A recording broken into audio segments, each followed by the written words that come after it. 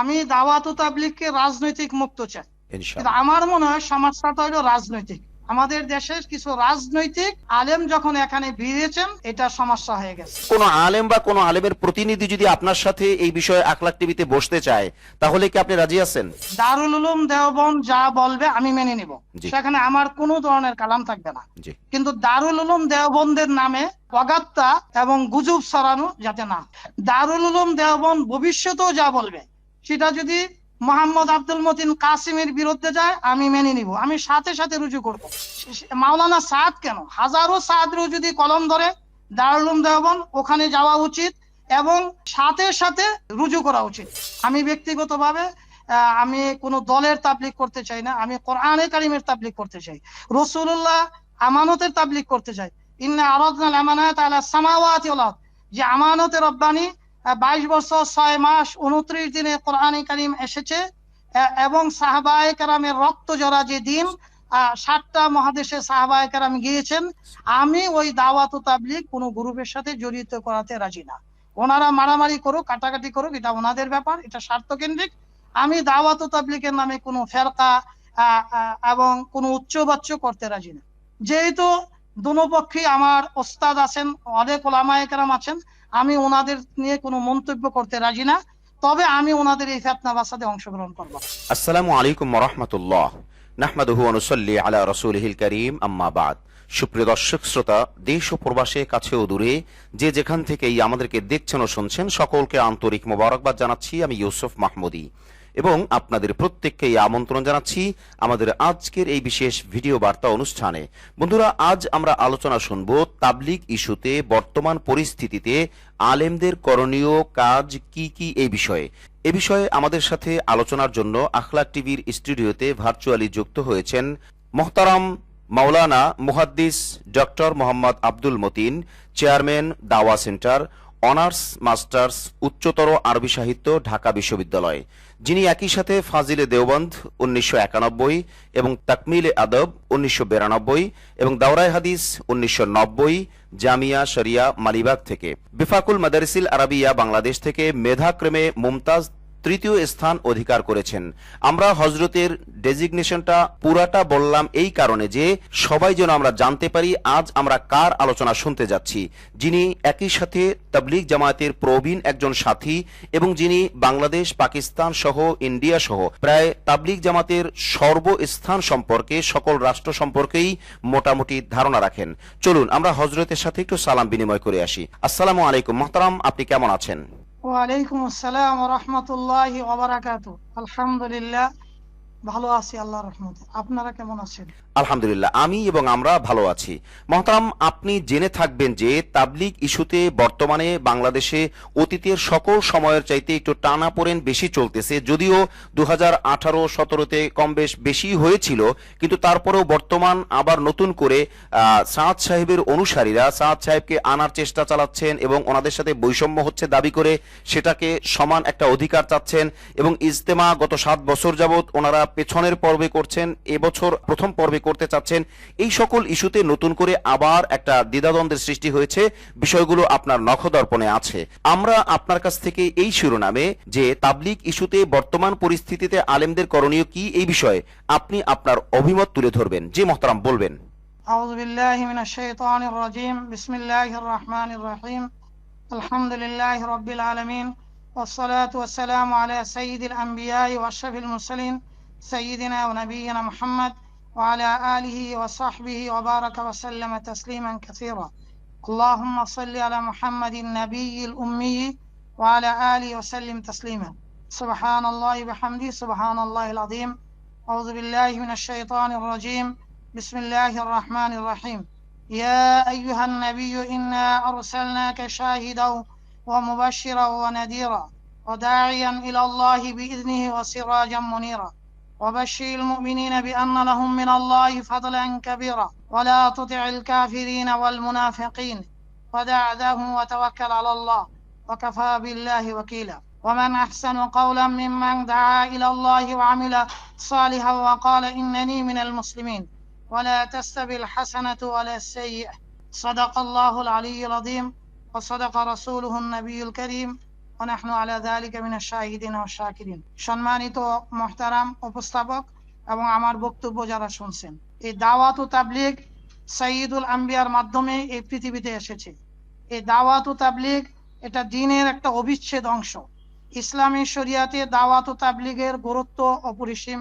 রাসূল আরবী সাল্লাল্লাহু আলাইহি ওয়াসাল্লাম আল্লাহ প্রদত্ত সূরা আহজাবের ৪৫ নং আয়াত থেকে ৪৬-৪৭ নম্বর আয়াতের মাধ্যমে ২২ পারার আল্লাহ তাআলা নির্দেশ দিয়েছেন, হে নবী, আমি আপনাকে প্রেরণ করেছি সাক্ষী হিসাবে, শুভ সংবাদদাতা হিসাবে, ভীতি প্রদর্শনকারী হিসাবে এবং দাইয়ান ইলাল্লাহি বিইজনিহি, আল্লাহর দিকে আহ্বানকারী হিসাবে তার অনুমতি ক্রমে এবং প্রজ্বলিত নক্ষত্র হিসাবে।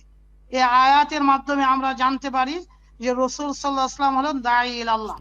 কোরআনে কারীমের সূরা ফুসসিলাতের ২৪ নম্বর পারার ৩৩-৩৪ নম্বর আয়াতে আল্লাহ পাক ইরশাদ করেছেন, আউযু বিল্লাহি মিনাশ শাইতানির রাজীম, ওয়া মান আহসানু কাওলাম মিম্মান দাআ ইলাল্লাহি ওয়া আমিলা সালিহা ওয়া ক্বালা ইন্নানি মিনাল মুসলিমিন।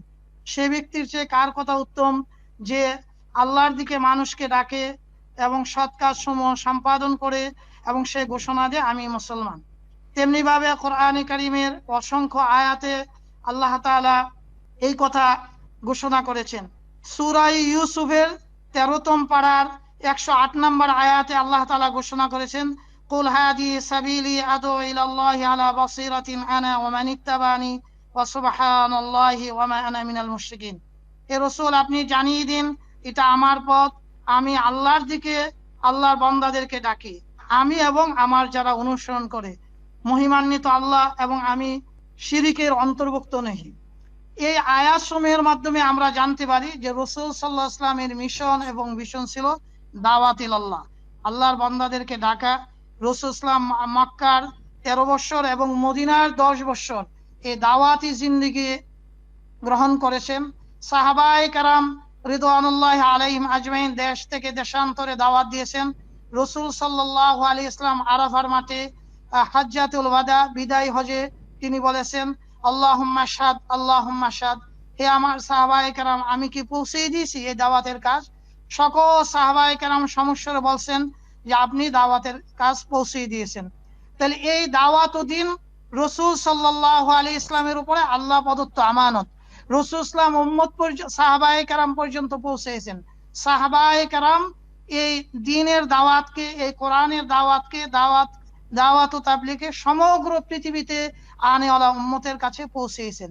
তেমনি ভাবে 1866 সালে দারুল উলুম দেওবন্দ যে প্রতিষ্ঠান, কাসেম নানুতুবি রহমাতুল্লাহ আলাইহি, রশিদ আহমদ গঙ্গি রহমাতুল্লাহ আলাইহি, ইয়াকুব নানুতুবি রহমাতুল্লাহ আলাইহি, এই দারুল উলুম দেওবন্দ, জামিয়া ইসলামিয়া দারুল উলুম দেওবন্দ এই প্রতিষ্ঠা করেন।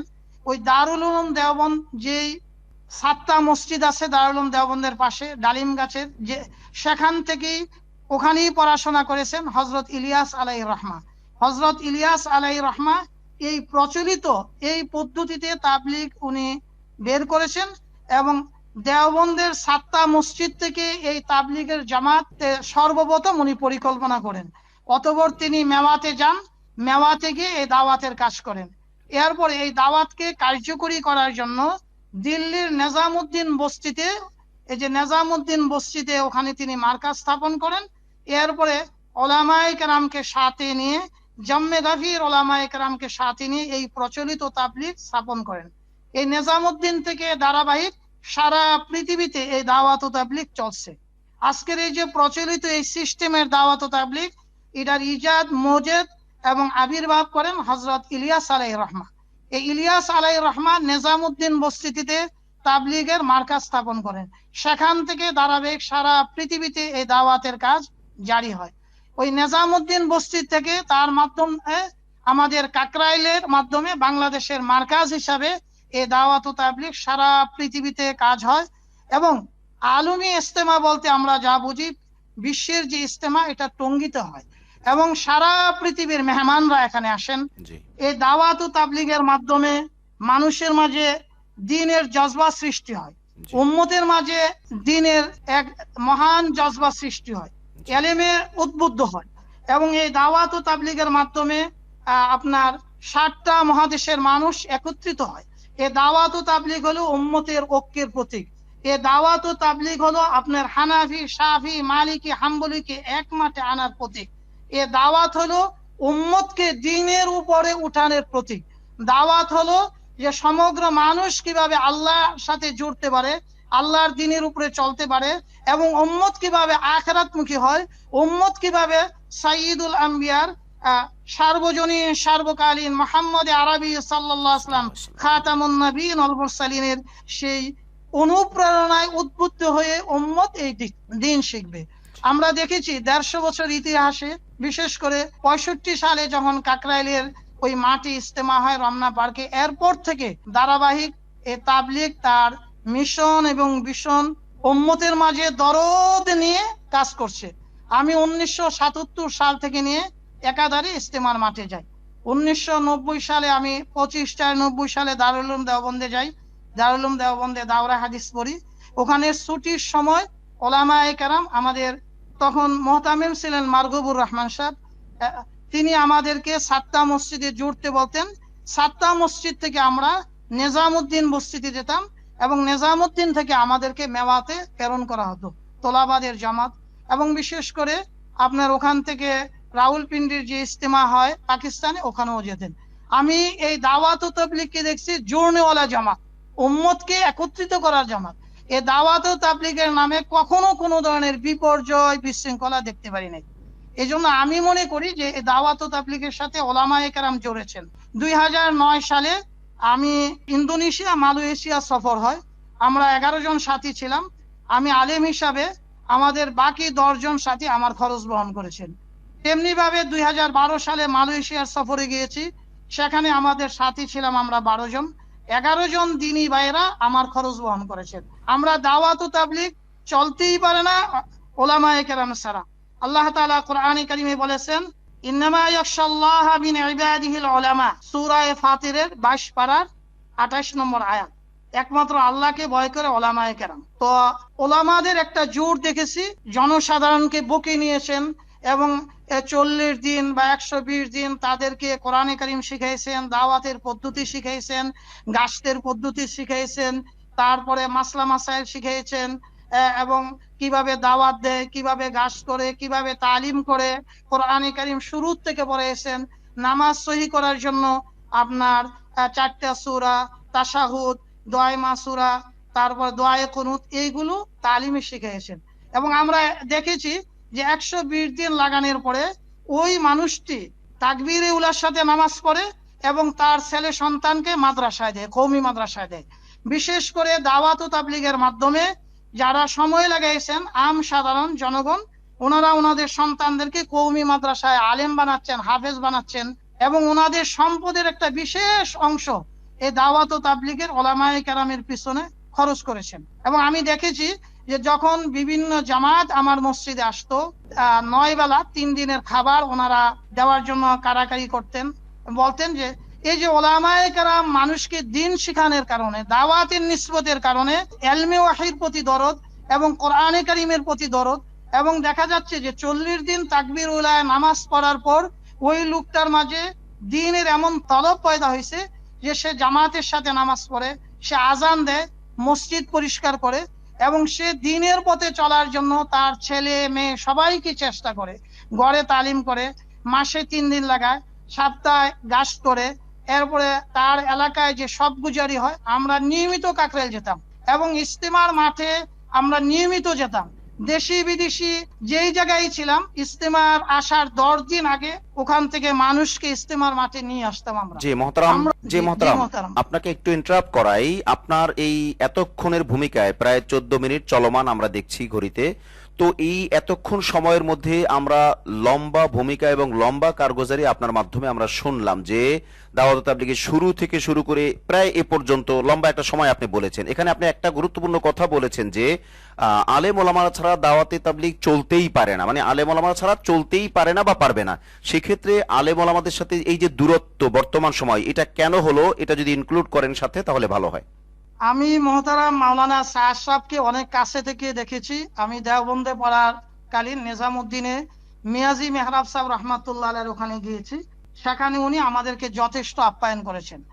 এবং আমি মালিবাগ জামিয়া শরিয়ায় পড়েছি এবং লালবাগ মাদ্রাসায় পড়ার কারণে 24 ঘন্টার জামাতে, কাকরাইলের নিসবতে 24 ঘন্টার জামাতে যাওয়ার ফলে আমি দেখেছি মাওলানা জুবাইর সাহেবকেও দেখেছি, মাওলানা লুৎফুর রহমান সাহেবও দেখেছি, মাওলানা আলী আকবর সাহেব রহিমাহুল্লাহদেরকে দেখেছি। আমি যেমন মাওলানা বাংলাদেশের মহতারাম মাওলানা জুবাইর সাহেবকে শ্রদ্ধা করি, মাওলানা সাদ সাহেবকেও শ্রদ্ধা করি। তো এখন এটা হলো বড়দের ব্যাপার। আমি যতটুকু জানতে পারছি যে নিজামুদ্দিনে কিছু সমস্যা হয়েছে মাওলানা সাদ সাহেবের সাথে, হযরত মাওলানা আহমদ লাস এবং মাওলানা ইব্রাহিম দৌলা হাফিজাহুল্লাহ, যারা দুজনেই মাওলানা সাদ সাহেবের উস্তাদ। তো সেখানে সমস্যাটা হয়েছে, এরপর এই সমস্যাটা বাংলাদেশে চলে আসছে। সমস্যা নিজামুদ্দিনের থাকতেই পারে, ইখতিলাফ আল উলামায়ে রাহমাতুন, এটা বাংলাদেশে আসলো কেন? বাংলাদেশে তো এই সমস্যা আসার কথা না, আমরা কেন বাংলাদেশে গন্ডগোল করব? আমি একজন ফাজিলে দেওবন্দ হিসাবে, দারুল উলুম দেওবন্দের ফাজিল হিসাবে আমি বলবো যে আমরা দাওয়াতের কাজকে জুড়ি, উম্মতকে বুকে নেই, আমরা গুজব বিশ্বাস না করি। যদি কোনো সমস্যা থাকে বড়দের, তাহলে ওলামায়ে কেরামের একটা কমিটি এটা নিরসন করে। মহতারাম, এখন যেটা আপনি বলতে চাচ্ছেন এটা জাস্ট সমাধান কল্পে, আমরা সমাধান কল্পের কথা আপনার কাছ থেকে শুনবো, কিন্তু আমার একটা প্রশ্ন থেকে যায়। আমার সামনে যে স্ক্রিপ্ট আছে আমি দেখতে পাচ্ছি যে আপনি ফাজিলে দেওবন্দ 1991 এবং তাকমিলে আদব 1992 আর দাওরায়ে হাদিস 1990 জামিয়া শরিয়া মালিবাগ থেকে। তো আপনি একজন প্রবীণ আলেম এবং দাওয়াত ও তাবলীগের প্রবীণ সাথী, সেই হিসেবে দারুল উলুম দেওবন্দের যেহেতু আপনি 1991 ফাজিল, সেই হিসেবে আপনি বিষয়টাকে অর্থাৎ দেওবন্দকে আপনি আমাদের চাইতে অনেক বেশি চিনেন এবং আপনি ভেতরের মানুষ, যদিও তখন কোনো গন্ডগোল হয়নি। তো আমি দাবি করব দেওবন্দ তার উসুলের উপরে, তার নিজামের উপরে, তার সিস্টেমের উপরে তখনও যেমন ছিল এখনো তেমন আছে। কিন্তু সাদ সাহেবের উপরে যে দেওবন্দ কলম ধরেছে বা দেওবন্দের যে প্রশ্ন আছে সাদ সাহেবের উপরে, এটাকে আপনি কিভাবে ব্যাখ্যা করবেন? আপনি বলেছিলেন নিজামুদ্দিনের গন্ডগোল, সেটা বাংলাদেশে কেন আসলো? অবশ্যই আপনার কথা যৌক্তিক, আমরা বাংলাদেশে সেটা না নিলেই ভালো। এরপরে যদি ওলামায়ে কেরাম ভালো মনে করেন বা মুরব্বীরা ভালো মনে করেন, তারা নিবেন, সেটা অন্য কথা। কিন্তু দেওবন্দ যে সাদ সাহেবের উপরে কলম ধরলো, এটার ব্যাখ্যা আপনি কি করবেন? মোহতারাম আসাদ মাদানী হাফিজাহুল্লাহর কাছে আমি তিরমিজি সানি পড়েছি এবং ওনার কাছে আমি প্রায় সময় ইবারত পড়তাম।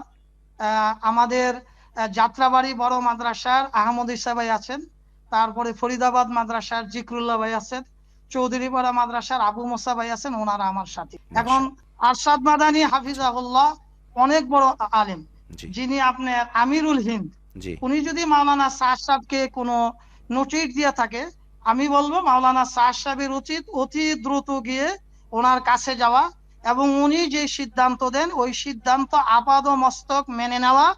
যদি রুজু করতে বলে রুজু করা, যদি বলে তওবা করতে বলে তওবা করা, যদি বলে যে তুমি এই কাজটা করতে পারবা না, এটা করবা না। কারণ মাওলানা সাদ সাহেব অনেক পরে, আর মাওলানা আরশাদ মাদানী হাফিজাহুল্লাহ সারা পৃথিবীর গণ্যমান্য উনি, এবং সমস্ত ওলামায়ে কেরাম 7টা মহাদেশের ওলামায়ে কেরাম ওনাকে মানেন। আমি মাওলানা সাদ সাহেবের কাছে যোগাযোগ করেছি ব্যক্তিগতভাবে, তিনি আমাকে বলেছেন, এটা ওনার মুখের কথা, যে আমি হযরতের কাছে গিয়েছি এবং আমি রুজু করেছি, এটা উনি আমাকে বলেছেন। মানে আপনাকেই বলেছে? আপনি নিজে শুনেছেন তার মুখ থেকে? যে আমি নিজে শুনেছি, আমাকে বলেছেন যে আমি দেওবন্দে গিয়েছি এবং দেওবন্দে যে প্রশ্ন করেছে ওনারা যে ইয়ে করেছে, উনি বলছেন সামিয়ানা আতানা। দারুল উলুম দেওবন্দ যে নুকতা দিবে, দারুল উলুম মাকতাবে ফিকির দেবে, আমার পরদাদা ওখান থেকে এসেছেন, আমি এটা একবারে মেনে নিব। শুধু এখনকার জন্য না, সামনে যতদিন বেঁচে থাকবো দাওয়াত ও তাবলীগে যত ধরনের সমস্যা হয়, দারুল উলুম দেওবন্দ যা বলবে সামিয়ানা আতানা, আমি মেনে নিব। মহতারাম, এখানে আপনার সাথে আমি একটু যোগ করি।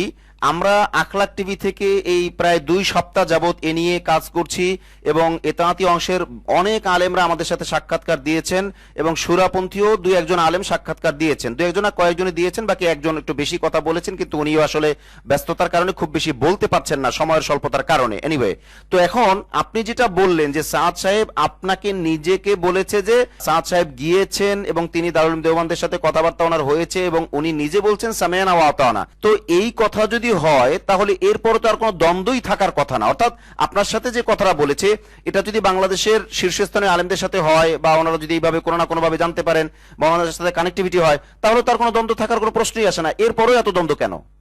বাংলাদেশের ওলামায়ে কেরাম, আমি বাংলাদেশি মানুষ, আমি কওমি মাদ্রাসায় পড়াশোনা করেছি, আমি অনেক কাছে থেকে ওনাদেরকে চিনি। হ্যাঁ, আল উলামা ওয়ারাসাতুল আম্বিয়া ওয়া ইন্নাল আম্বিয়া লাম ইউরিসা দিনারা ওয়ালা দিরহামা। ওনারা আমার মাথার তাজ, ওনারা আমার মাথার মুকুট। কিন্তু তারপরও আমার বক্তব্য ওনাদের কাছে যাবে। আমি দাওয়াত তাবলীগকে যখন খুব ভালো মনে করেছি এবং মৃত্যুর আগ পর্যন্ত এই দাওয়াতের সাথে থাকবো ইনশাআল্লাহ, এবং মরতে মরতে এই কাজ করব, করতে করতে পারবো। কিন্তু আমার মনে হয় সমস্যাটা হলো রাজনৈতিক। আমাদের দেশের কিছু রাজনৈতিক আলেম যখন এখানে ভিড়েছেন, এটা সমস্যা হয়ে গেছে। এই যে নির্বাচন কমিশন থেকে নিবন্ধিত কিছু ওলামায়ে কেরাম, ওনারা রাজনীতি করেন, ওনারা তাবলীগ করেন না। এমনকি আমি দেওবন্দ 5 তারিখের সমাবেশে কিছু ওলামায়ে কেরাম দেখেছি যাদেরকে আমি দেওবন্দে দেখেছি। আমি দেওবন্দেরকে ওনাদেরকে নেজামুদ্দিন বা সাত্তা মসজিদে তাবলীগ করতে আমি দেখিনি। পরে ওনারা জুড়ছেন কিনা জানি না। ওনারা বড় মাপের আলেম এবং ওনাদের বাংলাদেশে অনেক বড় খেদমত আছে। কওমি মাদ্রাসায় হাজার হাজার আলেম ওলামা আছে। কিন্তু আমার প্রশ্ন হলো, নির্বাচন কমিশন থেকে নিবন্ধিত দলের লোকেরা এই দাওয়াত তাবলীগে কেন? কি কাজ ওনাদের? যদি দাওয়াত তাবলীগের সমস্যা মহতারাম আপনাকে একটু ইন্টারাপ্ট করাই। আপনি যেহেতু এখন এই পারপাস, মানে এই জায়গায় এসে যেই পারপাস আপনি কথাটা বলছেন, এটা কিন্তু একটু অভিযোগের দিকে যায়। যদিও আপনি কোনো ব্যক্তির নাম নেননি, তারপর যেহেতু বলেছেন যে নির্বাচন কমিশন নিবন্ধিত কিছু আলেম, যেহেতু এটা বলেছেন, সেহেতু কোনো আলেমের গায়ে বা কোনো আলেমের সাথে এটা লেগে যাবে। সেই ক্ষেত্রে কোনো আলেম বা কোনো আলেমের প্রতিনিধি যদি আপনার সাথে এই বিষয়ে আখলাক টিভিতে বসতে চায়, তাহলে কি আপনি রাজি আছেন? অবশ্যই রাজি আছি। আমি দাওয়াত তাবলীগকে রাজনৈতিক মুক্ত চাই। আমি দাওয়াত তাবলীগকে উম্মতের দরদ নিয়ে কাজ করতে চাই। ওয়াল তাকুম মিনকুম উম্মাহ। ওনারা রাজনীতি করবেন, আমার কোনো আপত্তি নেই। কিন্তু কোন কওমি মাদ্রাসার ছেলেবেলেকে, তোলাবাদেরকে এই প্রচলিত আপনার এই যে রাজনীতির সাথে ওনারা জড়াবেন না। 24 ঘন্টা যেমন দাওয়াত ও ফিকির, দাওয়াত তাবলীগ করতেন আগের মতো ওইভাবে করবেন। ছুটির সময় আমরা যেতাম, আসরের পরে আমরা ঘাস করতাম, ওইভাবে পূর্বের নেই ওনারা জড়বেন। মহতারাম, এখানে আপনাকে একটু থামাইতে হয়। আপনি আমার শ্রদ্ধেয়, স্মরণীয়, বরণীয়, আমি আপনাকে শ্রদ্ধা রেখেই বলবো, বেয়াদবি মাফ করবেন। আপনি এখন এই পার্টে যে কথাটুকু বললেন যে কিছু আলেম ওলামারা, রাজনৈতিক নিবন্ধিত কিছু আলেম ওলামারা বা নির্বাচন কমিশন নিবন্ধিত কিছু আলেম ওলামারা এই রাজনীতির সাথে জড়িয়ে গেছে, তাহলে আপনার কথায় প্রমাণ হয় যে এনারা যদি না থাকেন অথবা এনারা যদি তাবলীগের মধ্যে ইনভলভ না হন, তাহলে হয়তো এই দ্বন্দ্ব থাকবে না। কিন্তু আমি আপনাকে একটু আগেই কিন্তু প্রশ্ন করেছিলাম, যেহেতু আপনি জানেন আখলাক টিভি যখনই কোনো কথা বলে তখন আখলাক টিভি বিপরীতমুখী যারা থাকে না তাদের পক্ষ হয়ে কথা বলে। তাহলে আপনার বিপক্ষে যদি কেউ থাকতো আলোচক, তাহলে সে কিন্তু এই প্রশ্নটা আপনাকে করতো যে আখলাক টিভি থেকে আপনাকে প্রশ্ন করা হয়েছে, দেওবন্দ সাদ সাহেবের ভুলের উপরে কলম ধরেছেন, এবং সেই ক্ষেত্রে আপনি কিন্তু বলেছেন যে সাদ সাহেবের উচিত যদি কলম ধরে বা যেটার উপরে ধরেছে সেটার উপরে সাদ সাহেবের উচিত বিনা কথায়, বিনা দ্বিধায়, বিনা বাধায় রুজু করা, তওবা করা, দেওবন্দ যা বলবে সেটা মেনে নেওয়া। তো এইটা যদি হইতো তাহলে তো বাংলাদেশের এই রাজনৈতিক আলেমদের ইনভলভ হওয়ার সুযোগই থাকতো না। এখানে আপনি কি ব্যাখ্যা করবেন? আমি যেহেতু একজন আলিম, আমি দেওবন্দ চিনি, নেজামুদ্দিন চিনি। আমার দায়িত্ব হলো স্যার সাহেব যদি দারুল উলুম দেওবন্দ যা বলবে আমি মেনে নিব, সেখানে আমার কোনো ধরনের কালাম থাকবে না। কিন্তু দারুল উলুম দেওবন্দের নামে অগাত্তা এবং গুজব ছড়ানো যাতে না, এটা আমি অনুরোধ করব। দারুল উলুম দেওবন্দ ভবিষ্যতেও যা বলবে সেটা যদি মোহাম্মদ আব্দুল মতিন কাসিমের বিরুদ্ধে যায় আমি মেনে নিব, আমি সাথে সাথে রুজু করব। দারুল উলুম দেওবন্দ সারা পৃথিবীর দ্বীনের মার্কাজ, দারুল উলুম দেওবন্দ আলমী মার্কাজ, দারুল উলুম দেওবন্দ 7টা মহাদেশকে পৃথিবীর যেখানে দ্বীন শিখাচ্ছে। মাওলানা সাদ কেন, হাজারো সাদরও যদি কলম ধরে দারুল উলুম দেওবন্দ ওখানে যাওয়া উচিত এবং সাথে সাথে রুজু করা উচিত, এবং দারুল উলুম দেওবন্দের পরামর্শ নেওয়া উচিত, এবং দারুল উলুম দেওবন্দের নিগরানি নেওয়া উচিত। এখন দারুল উলুম দেওবন্দ বলে কিনা এই দেশে এটা নিশ্চিত হওয়া দরকার। আর আমি কোনো ঝগড়া করতে চাই না, আমি বলছি দাওয়াত তাবলীগ উম্মতকে জোড়নেওয়ালা হবে। জি, আপনাকে একটু ইন্টারাপ্ট করাই। আপনি যেটা বলছিলেন আমি সেই জায়গায় এখন আসছি। সেটা হলো আপনি বলছিলেন যে এই সমস্যা কিভাবে নিরসন করা যায়। আপনি আমাদের শ্রদ্ধেয়, আমার মনে হয় আখলাক টিভিতে যাদেরকে নিয়ে অনুষ্ঠান করেছি তার মধ্যে সবচেয়ে বয়োবৃদ্ধ আপনি, এবং দেওবন্দের সাথে ওতপ্রোতভাবে জড়িত আপনি, দেওবন্দের ফাজেল, এবং সাথে সাথে দাওয়াত তাবলীগের সাথেও আপনি জড়িত। আমরা কিন্তু আখলাক টিভি থেকে ওই লোকগুলোকেই চাই যারা দেওবন্দের সাথে জড়িত, কওমি মাদ্রাসার সাথে জড়িত, তাবলীগের সাথে জড়িত, সবগুলো বিষয় যারা জানেন জানেন তারাই আসলে পারফেক্ট সমস্যাগুলোকে তুলে ধরতে পারবেন। আর সমস্যা তুলে ধরলেই সমাধানের রাস্তা বের হবে, সমস্যা ভিতরে রেখে সমাধানের রাস্তা বের হবে না। অতএব আপনি যা বলেছেন চমৎকার বলেছেন। আপনার কাছ থেকে আমার মনে হয় আমাদের দর্শক শ্রোতারা অনেক অনেক বেশি ক্লিয়ার হয়ে গেছে, হয়ে যাবেন এই তথ্য শোনার পরে ইনশাআল্লাহ। মোহতারাম, এখন আপনার কাছে আমাদের প্রশ্ন থাকবে, আপনি আপনার কথাগুলোই বলবেন। শেষ প্রান্তে আমরা যেহেতু এসেছি সেহেতু আপনার কাছে আমাদের প্রশ্ন থাকবে, এই সমস্যা থেকে পরিত্রাণের উপায় কি, বের হওয়ার উপায় কি, আবার একসাথে মিশে কাজ করা যায় কিনা, এই ক্ষেত্রে আপনার বক্তব্য কি? আমার এক নাম্বার বক্তব্য যে দেখেন কোরআনে কারিমে আল্লাহ তাআলা বলেছেন সূরা তাওবার আপনার 11 নম্বর পারা 132 নম্বরে আয়াতে আল্লাহ তাআলা বলেছেন, আউযু বিল্লাহি মিনাশ শাইতানির রাজীম, বিসমিল্লাহির রহমানির রহিম, ওয়া মা কানাল মুমিনুনা লিয়ুনফিরু কাফা ফালাউলা নাফারা মিন কুল্লি ফিরকা মিনহুম তায়ফাতুন লিয়াতাফাক্কাহু ফিদ-দীন ওয়া লিয়ুনযিরু কওমাহুম ইযা রাজাউ ইলাইহিম লাআল্লাহুম ইয়াহযারুন।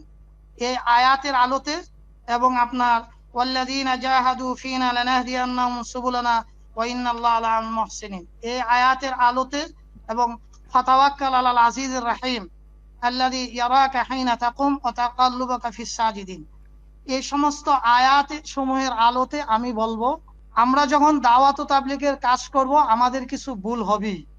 নির্ভরযোগ্য বাসিরতলা আহলে আলেম ওলামায়ে কেরামের সারা দেশে একটা নিরসন কমিটি থাকবে, যাদের কাজ হলো দুটা, যে দাওয়াত ও তাবলীগে ইসলামের খেলাফ কিছু হচ্ছে কিনা এবং দাওয়াত ও তাবলীগে দ্বীনে শরীয়তের রসুলের খেলাফ কোনো কিছু হচ্ছে কিনা এটা নির্ণয় করা। এটা নির্ণয় করে ওলামায়ে কেরাম, গবেষক, মুহাদ্দিস, মুফতিয়ানে কেরাম নির্ণয় করবেন এবং যেই মার্কাজে সমস্যা ওই মার্কাজে ওনারা যাবেন এবং যে আলেমের কাছে সমস্যা ওই আলেমের সাথে ওনারা বসবেন।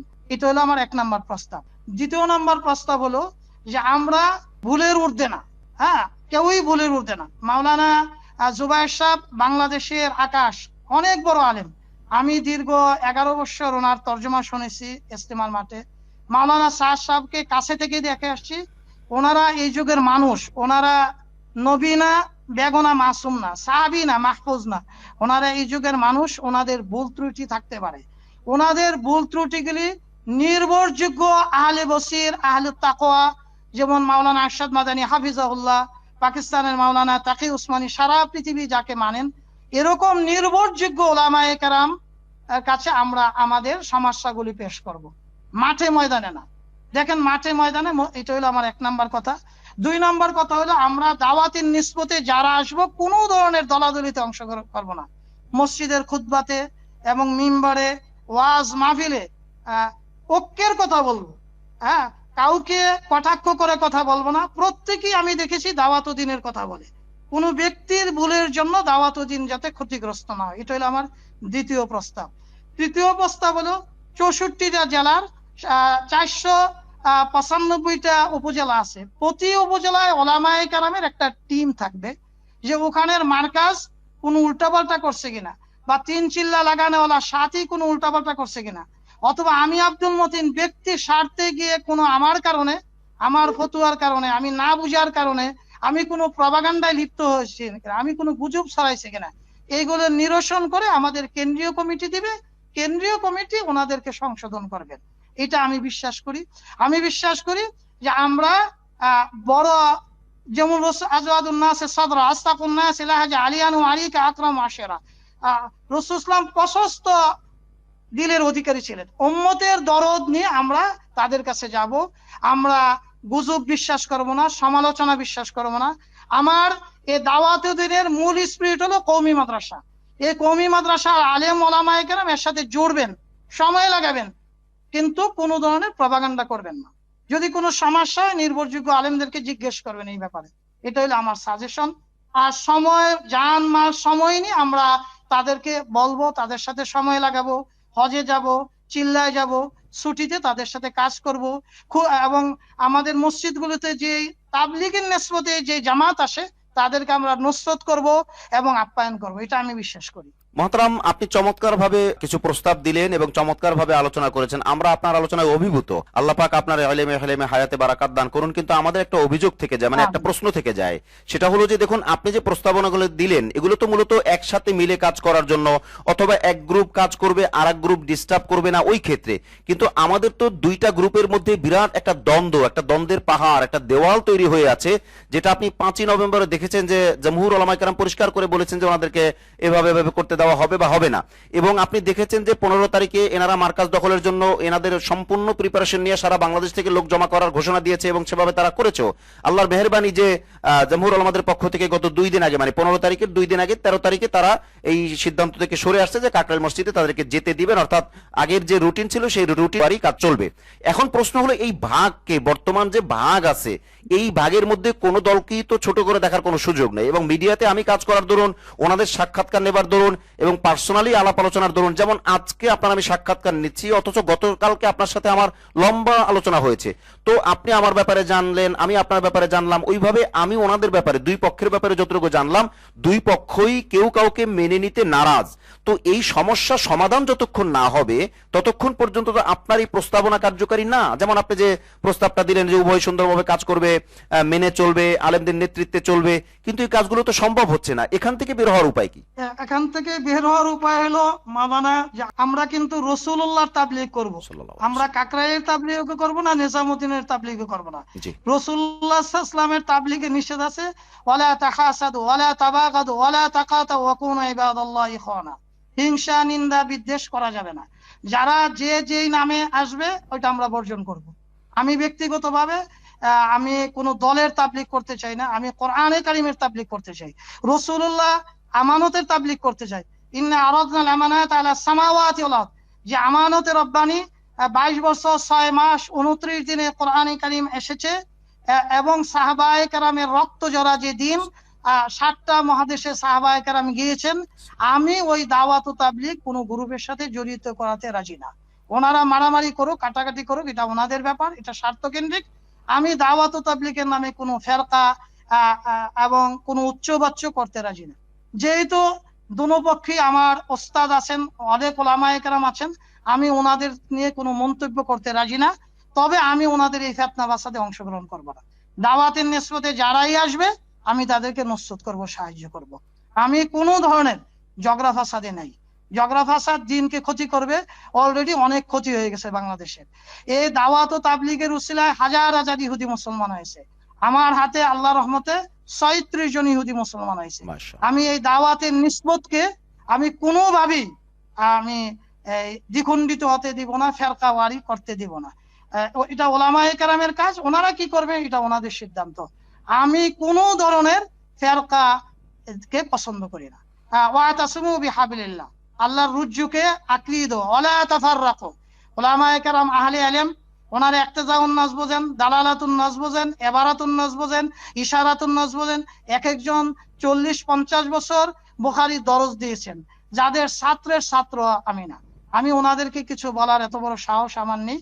বাকি আমি কোনো ধরনের ঝগড়ায় অংশগ্রহণ করব না, আমি করব না, এটা আমি সিদ্ধান্ত নিয়েছি। মাশাআল্লাহ, চমৎকার বলেছেন, জাযাকুমুল্লাহ। মুহতারাম, আমরা জানতাম যে আপনি, আপনার পরিচয় গতকালকে পর্যন্ত আমি যেটা জানলাম যে আপনি একজন মুহাদ্দিস ডক্টর, সাথে সাথে আপনি মুহাদ্দিস ডক্টর মোহাম্মদ আব্দুল মতিন কাসিমি, এই জিনিসটা আমার জেহেনে আসে নাই, কারণ আপনি যে দেওবন্দের ফাজল এটা আমি হয়তো আগে জানতাম না, আজকে স্ক্রিপ্ট দেখার পরে জানলাম। এনিওয়ে, তো আপনি একজন কাসিমি সন্তান হিসেবে এবং প্রবীণ আলেম হিসেবে আকলাক টিভির অনেকগুলো কাজ বা অনেকগুলো কথা আপনার সাথে শেষ দিকে এসে খুব একদম কাটায় কাটায় মিলে যায়। সেটা হলো, আমাদের বক্তব্য হলো যে সমস্যা যেটা আছে সেটা কেন্দ্রীয় ওলামায়ে কেরাম আলোচনায় বসে সমাধান করুক। কিন্তু আমরা মিডিয়াতে থাকার দরুন, মিডিয়া পারপাস যে জিনিসটা আমরা দেখি যে এই পক্ষের একজন সাধারণ মানুষ অথবা ওই পক্ষের একজন সাধারণ মানুষ এই পক্ষের একজন বিজ্ঞ আলেমকে অথবা ওই পক্ষের একজন বিজ্ঞ মানুষকে চরম ইহানাত করে, চরম লাঞ্ছনাকর, চরম অবাঞ্ছিত শব্দ দিয়ে বিভিন্নভাবে ঘায়েল করা হচ্ছে। এই ক্ষেত্রে আপনার কাছে আমি দুই পক্ষেরই, মাঠ পর্যায়ে যারা আমরা আছি, বিশেষ করে নেট জগতে আমরা যারা নেট ব্যবহার করি, সেটা আমরা নরমাল পর্যায়ে হই না কেন অথবা কন্টেন্ট ক্রিয়েটর হই না কেন, আমরা যে কেউ হই না কেন, আমাদের অ্যাক্টিভিটিসটা আসলে কি হওয়া উচিত? অপর ভাইদের সম্মান রক্ষায়, অপর ভাইদেরকে শ্রদ্ধা করায়, অন্তত আমার থেকে অপর ভাই নিরাপদ থাকুক, উভয় পক্ষের ক্ষেত্রে আপনার কি নসিহা হবে? শেষ ব্যাপারে আপনার এই নসিহাটা চাই। বিসমিল্লাহির রহমানির আদ-দীন ওয়ান নাসিহা কুল লিমান ইয়া রাসূলুল্লাহ ক্বালা লিল্লাহ ওয়া লিকিতাবি ওয়া লিআইম্মাতিন। বুখারী শরীফের হাদিস যে নাসিহা দিনের একটা অংশ।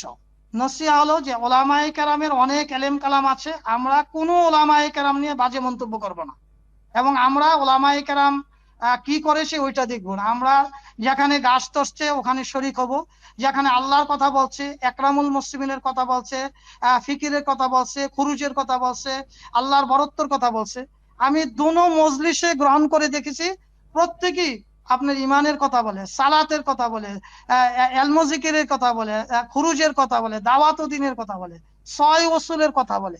কোন গ্রুপকে আমি দেখি নাই যে আপনার অন্য কিছু কথা বলতে। সেজন্য আমি বলবো আমি কোনো ধরনের পেঁচালে অংশগ্রহণ করব না, আমি করব না। এবং সারা দেশের যারা এই দাওয়াত ও দ্বীনের সাথে জড়িত সবাইকে বলবো যে আপনারা ইলিয়াস আলাইহির রহমান রেখে যাওয়া এই আমানতকে, দারুল উলুম দেওবন্দের মাসলাক মাশরাব মানহাজের আমানতকে আঁকড়িয়ে ধরুন। কোনো ধরনের হিংসাত্মমূলক কাজে জড়িত হবেন না, ওলামাদেরকে বকা দিবেন না, ওলামা এবং ওলামায়ে কেরাম তাদেরকে বকবেন না। আপনারা একজন আরেকজনের উম্মাতা ওয়াসাতা লিতাকুনু শুহাদা আলান নাস ওয়াল তাকুম মিনকুম উম্মাহ।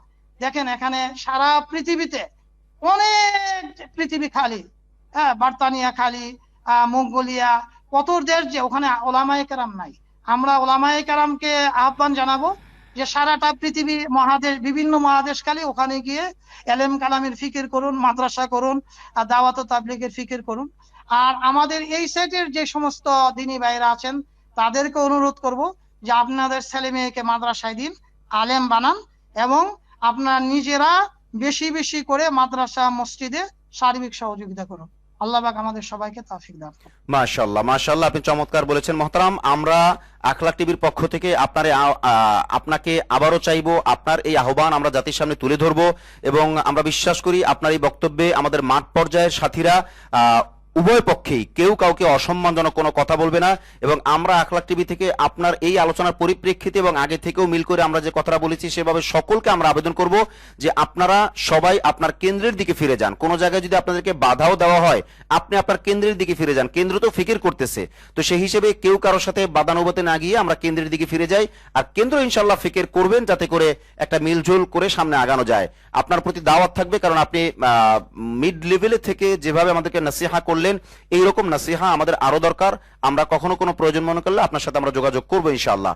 আমরা আপনার থেকে আরো নসিহা চাইবো ইনশাআল্লাহ। প্রিয় দর্শক, আমরা অনুষ্ঠানের একদম শেষ পর্যায়ে আপনাদের সকলকে আমরা আবেদন করব, যারা আমাদের এই ভিডিও বার্তা দেখেছেন দেখবেন শেষ দিকে আসলে শুরু দিক থেকে শোনার চেষ্টা করবেন, এবং সমস্ত বিষয়গুলিকে প্রয়োজনে বারবার শোনার চেষ্টা করবেন, এবং অপরের কাছে পৌঁছানোর চেষ্টা করবেন। দাওয়াত ও তাবলীগের কাজ থেকে কোনোভাবেই যেন আমরা ক্ষতিগ্রস্ত না হই, এবং আমি ব্যক্তির থেকে, মানে আপনি আমি আমরা সবাই, আমি ব্যক্তির থেকে যাতে কেউ ক্ষতিগ্রস্ত না হয়।